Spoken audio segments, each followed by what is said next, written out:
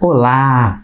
Estamos aqui mais uma vez para dividir com vocês as fontes das citações que a gente faz em palestra, seminário, pesquisa, de onde você tirou. E eu falo muito, que é a revista que eu realmente mais tiro coisas, que é a American Science e a Mente e Cérebro. Mas eu também tiro da Super Interessante, Galileu, e algumas pessoas acharam, essas são muito difíceis. Mas eu contei uma vez, e essa aqui, que uma vez eu cheguei na casa da minha mãe, isso era 2015, e sentei para esperá-la, porque eu ia levá-la em algum lugar, e eu peguei uma revista para folhear, era a revista Planeta. E essa revista, eu achei notável, 2 artigos dela me levaram a um dos meus melhores trabalhos. Um foi o teste de marshmallow, que eu já falei num outro vídeo, deve estar aqui no link na descrição, né? E um outro sobre os cérebros digitais, que eu gostei muitíssimo. Então, essa revista Planeta deu origem a 2 trabalhos muito bons.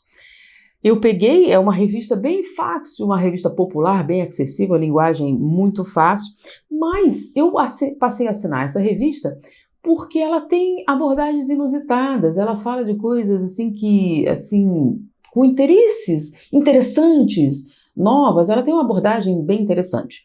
Ela não é tão, científica quanto as outras, mas essas abordagens são muito interessantes e ela me deu origem a algumas pesquisas diferentes.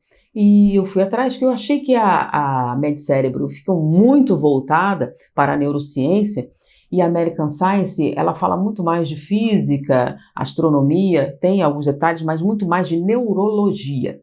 Já a revista Planeta, abordagens mais espiritualistas, pitorescas, inusitadas, alguns links, principalmente na era digital, que eu achei muito bacanas. Então essas 2 reportagens me agradaram muitíssimo e fez assinar a revista. E eu sempre tiro ilações interessantes. Então, a partir da revista, eu vou procurar os artigos originais que deram origem à reportagem. Eu sempre tenho a citação. Então, nessa revista, que é a número 508, de abril de 2015, é a reportagem de capa. O novo cérebro do jovem. A ciência descobriu que o uso constante das tecnologias digitais está remodelando o cérebro de crianças e adolescentes.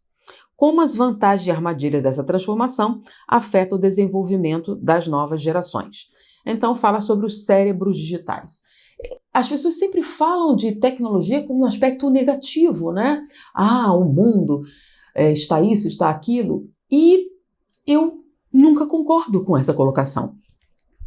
Mas 90% do público que eu lido diz que o mundo está ruim. Se eu faço uma pesquisa na plateia, por exemplo, e pergunto o que vocês acham, o mundo está melhor ou pior? As pessoas sempre dizem pior. Por quê? Aí vem, a violência está aumentando, isso está aumentando, aumentando. Só que não é verdade. Essa reportagem, basicamente, mostra isso. Não é verdade. Por quê? Porque as suas opiniões estão baseadas na informação que você está exposto. Sim, mais o quê? A forma de exposição à informação hoje é diferente do passado. Antes, você assistia jornal na televisão. Hoje, você vê na internet. Só que existe um algoritmo, tá? Que analisa aquilo que você clicou, seu interesse, e passa a te oferecer informações semelhantes. Então, é quase que se fosse exclusivamente exposto pela sua zona de interesse. Então, se você abordou a política negativa de determinada pessoa, você vai só estar exposto a informações semelhantes. E aí você começa a fazer uma análise parcial. Se você só lê sobre isso, na sua mente surge que o mundo inteiro está lendo também. E não é assim. Existem muitas outras coisas positivas. Então o pessoal tem falado da tecnologia de maneira extremamente negativa. Rede social, isso e aquilo. E essa reportagem, essas pesquisas que eu fui atrás, começaram a analisar vantagens que jovens têm. Então, por exemplo, eu particularmente não sou capaz de fazer 2 coisas ao mesmo tempo. Eu faço uma ou outra. Então, por exemplo, se eu estou estudando, eu não ouço música. Se eu estou ouvindo música, eu não estudo. Então, eu faço uma coisa de cada vez. Mas, com meus filhos não era assim. De tal maneira que eu disse assim, desliga isso e vai estudar. Disse, não, mas eu estou estudando. Você não pode estar estudando enquanto está ouvindo música. Ou vendo isso. E a verdade é que essas crianças estão sendo expostas a situações multitarefas, estão desenvolvendo a capacidade de simultaneamente realizar tarefas com um nível muito alto de desempenho. Enquanto eu sou monoideica, eu consigo 100% de realização numa única tarefa. Com certeza, se você pegar uma criança e fizer o teste, você verá que ela é capaz de ter um desempenho de 100% em 3 tarefas simultaneamente. Então, realmente sim, sua criança pode jogar videogame enquanto estuda, ela pode estudar enquanto ouve música, pode ouvir música enquanto joga videogame. Coisas totalmente distintas e ter uma atenção muito acurada em 3 coisas ao mesmo tempo. Tecnicamente, o cérebro é capaz de dar atenção plena a 5 atividades simultaneamente, mas elas terão que estar num determinado espectro. Mas nós não treinamos isso. No momento em que você começa, em ter idade, a ser exposto a essa atenção simultânea, é como se áreas cerebrais distintas começassem a desenvolver a capacidade de analisar simultaneamente. Não se esqueça que você tem 2 hemisférios cerebrais. Mas, normalmente, no treinamento no passado, a gente dava privilégio a uma área específica. Mas, hoje em dia, a tecnologia lhe permite essa avaliação e esse aumento de velocidade e desempenho. Então, tudo isso é uma questão de treino. Só que esse treino desenvolve sinapses, desenvolve áreas cerebrais que anteriormente não eram desenvolvidas. Então, o nosso cérebro ele funciona de uma maneira, as redes neurais e a maneira, uma coisa que a gente está descobrindo agora, que a tecnologia, o videogame, é capaz de estimular. Olha só, eu não estou falando sobre vício na rede ou algumas coisas que demonstrem incapacidade. Estou falando que videogame pode sim desenvolver o cérebro da criança.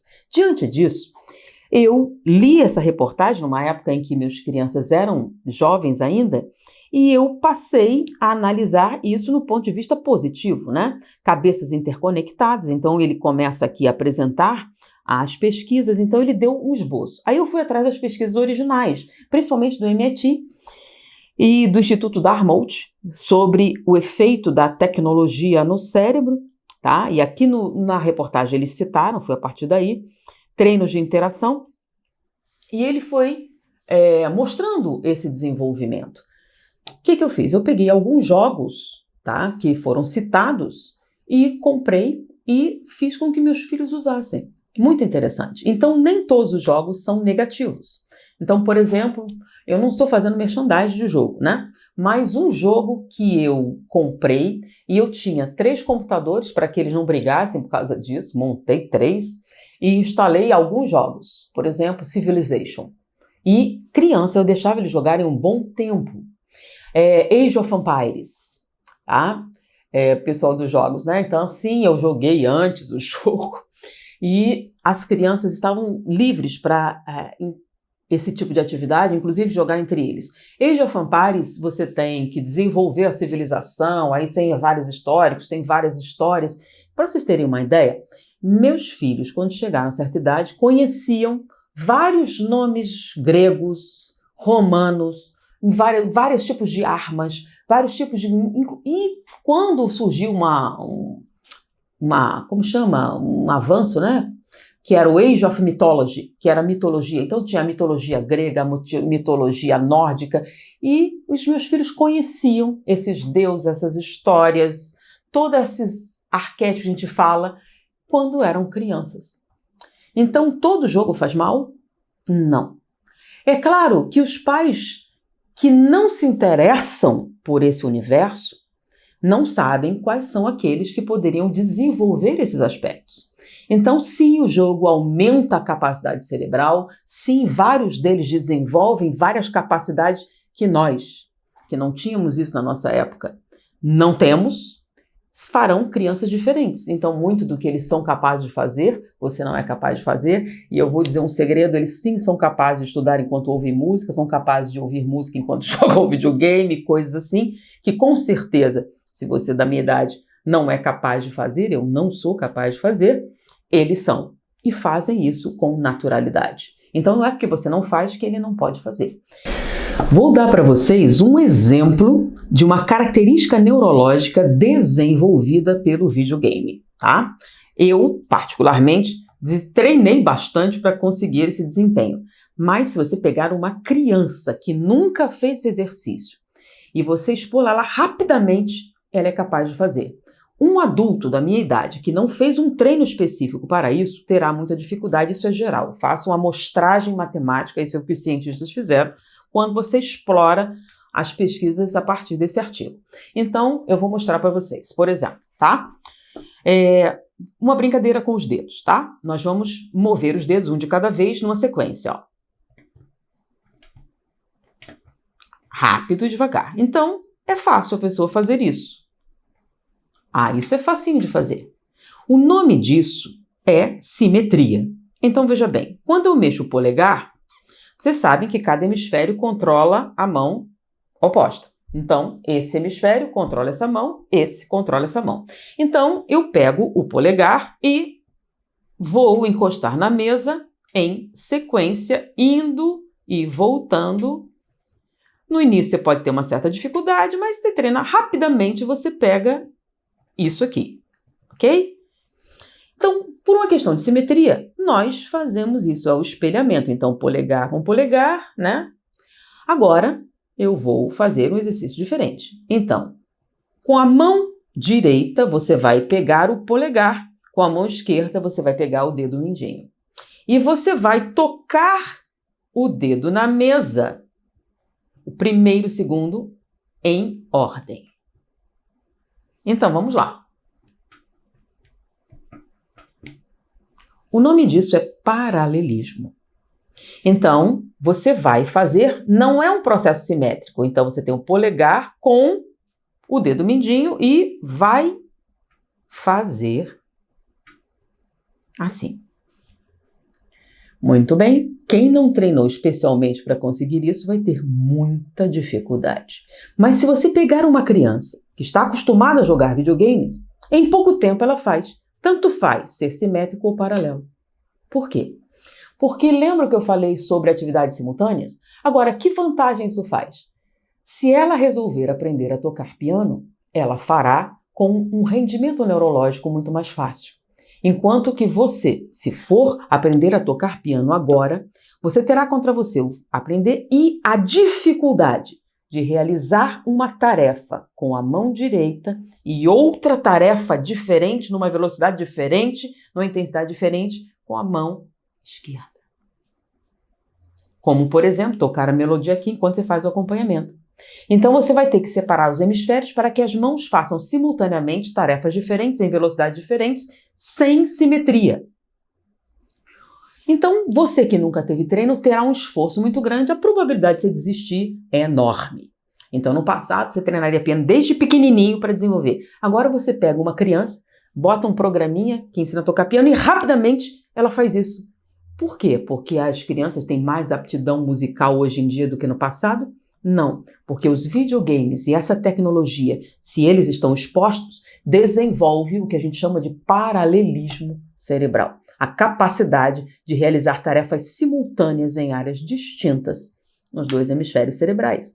É uma vantagem. Então você vai descobrir que não vai precisar levar 8, 10, 20 anos para tocar uma música com certa perfeição. Em pouco tempo, inclusive tem um comercial de um aplicativo de tocar piano e a pessoa diz assim, uma pessoa é mentira, não é verdade. Como é que você sabe que é verdade? Você comprou, o aplicativo é bom? Não é porque é bom, é porque hoje as crianças aprendem muito mais rápido a tocar piano, por exemplo, e até violino. Mais rápido do que a mesma criança na mesma idade no passado. Por quê? Porque o videogame dá essa vantagem. E várias outras. Então, se você sabe disso, explora isso, você vai permitir que sua criança desenvolva uma série de coisas. Mas tem jogo de guerra? Então não exponha, mas tem outros jogos com a mesma dinâmica muito interessante, não precisam ser exatamente esse, que podem desenvolver. Então eu procurei esses jogos, no momento que eu tomei conhecimento desse artigo, eu procurei esses jogos, comprei, fiz com que as crianças desenvolvessem e hoje é muito interessante. Eu me lembro do meu filho chegando assim, mãe, minha professora disse que eu sou intelectual. Por quê? Porque eu sei um monte de nome de armas medievais. Por quê? Videogame. Essa capacidade. Eu tenho 3 filhos. Todos eles conseguem rapidamente dominar instrumentos musicais diferentes. Por quê? Você vai dizer assim, mas não é reencarnação? Pode ser, mas é também uma aptidão neurológica para dominar determinadas técnicas que você pode dar ao seu filho, se você conhece, se você sabe, se você pesquisou. Então, espero que você goste desse trabalho, tanto quanto eu, e utilize. Você que ainda tem crianças, domine um pouquinho o universo dos jogos de videogame, escolha alguns de boa qualidade, não deixe crianças jogarem na internet, serem expostas a algumas coisas, mas existem jogos extraordinários para desenvolver a aptidão do seu filho e que não vai atrapalhar os estudos. É claro, se você souber o que está fazendo. Espero que você tenha gostado. Muita paz. Olá! Que bom que você ficou até o final. Se quiser continuar assistindo a mais vídeos do canal, eu deixei essas sugestões aqui nos cards que estão aparecendo na tela. É só clicar em algum deles e continuar assistindo. Até o próximo vídeo.